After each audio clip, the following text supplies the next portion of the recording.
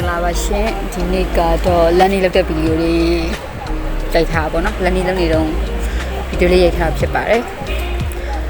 ဒါကတော့ပေါ့နော်နေ့တိုင်း keep plan လေးလုပ်ဖြစ်တယ်ဘာလို့လဲဆိုတော့လေ keep plan လေးလုပ်လို့ရှိရင်ကျတော့လူတွေကပြင်းချိန်မရှိဘူးပေါ့အများကြီး keep plan လေးတစ်ခုခုဗျာကျွန်တော်တို့စိတ်ဝင်စားတဲ့ဟာတစ်ခုခုလုပ်နေဆိုတာနဲ့လေစိတ်ကတော့တက်ကြွလာတယ်ပြီးလို့ရှိရင်တစ်ခုလုပ်ချင်စိတ်ပြင်းပြလာတယ်အဲ့လိုမျိုးဖြစ်လာတဲ့အခါမှာဆိုရင်ကိုကနေရထိုင်ရရင်တက်ကြွပြီးပျော်ရွှင်နေပေါ့နော်ပြီး happy vibe အမြဲရှိတယ်ကိုကြည့်လိုက်ပြီးဆိုတော့လူတွေဟာဒီကလေးမအရန်တက်ကြွတာပဲဒီကသူကအရန်တက်ကြွတာပဲအဲ့လိုမျိုးခံစားချက်အရန်ရသေးပေါ့နော်ဘာလို့လဲဆိုတော့အဲ့ဒါကိုတိုင်းအတွက်လည်းကောင်းတယ်ပေါ့